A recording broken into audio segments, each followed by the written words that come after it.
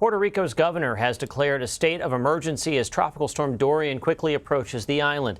The National Hurricane Center has issued a hurricane watch early Tuesday as the storm passed through the Windward Islands.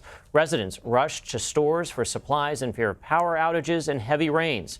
Dorian's winds have hit speeds of up to 50 miles an hour, which are expected to strengthen as the storm continues. CBS News weather producer David Parkinson joins us now with more. David, where is Dorian now and where does it appear to be going? So Dorian has just made it past St. Lucia. That's really the last landmark that it's got to go before it gets close to Puerto Rico. It's going to take about 24 to 36 hours to do so. And over that stretch, it will get a little bit stronger. The good news is the storm has weakened just a little bit overnight. So they flew some hurricane hunters in. We found out the wind speed was not 60 miles an hour, but rather 50 miles an hour. And as a result, what you're seeing is a storm that is probably not going to make it back up to hurricane status before it makes landfall. It was never a hurricane either, for what it's worth. Moving west-northwest at 13, that's key. It is actually moving pretty quickly. So the folks in Puerto Rico are not going to be dealing with a long-term storm threat. It's a quick hitter, but it's certainly a powerful one. With winds of 70 miles an hour, you can see they are certainly in the cone there. At least half of the island is. The cone is just the error. It could move anywhere within that cone. It's not the impact cone.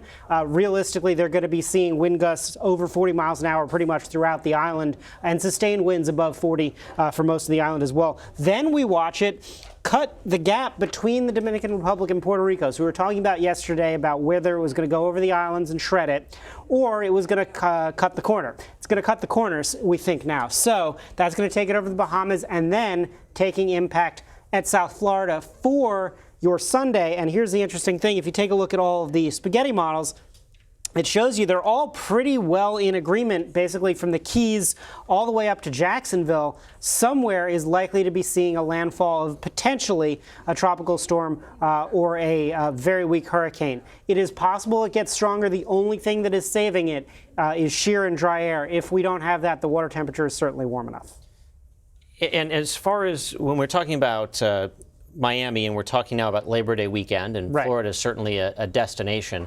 When do you have a sense where it's actually going to go? I mean, there's a lot of spaghetti on the screen. There is, and that is a fairly wide cone. That's about a cone that's about 300 miles in diameter. Every day we shave off about 20 or 30 miles as we get closer. Realistically, once it gets past Hispaniola, we'll have a much better idea, because that means that we've eliminated all doubt that it is staying over water. Nothing is going to disrupt it. So it's really Thursday morning that I think we'll have a really good idea. Here's the thing that everybody needs to take into account with this.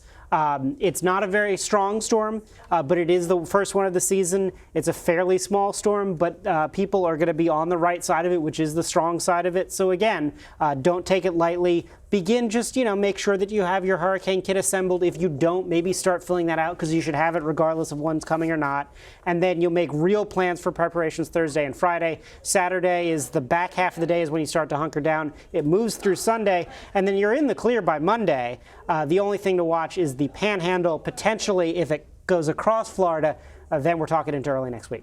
And while it may not be a hurricane, you're still talking potential 70-mile-an-hour winds, which is significant. Right, yeah. So it's enough to take out power, particularly in Puerto Rico where the grid is particularly stressed. But it's also enough to do things like cause storm surge flooding because of all of the waves being pushed on. It's enough to cause flash flooding and mudslides in Puerto Rico, but even just flash flooding in Florida.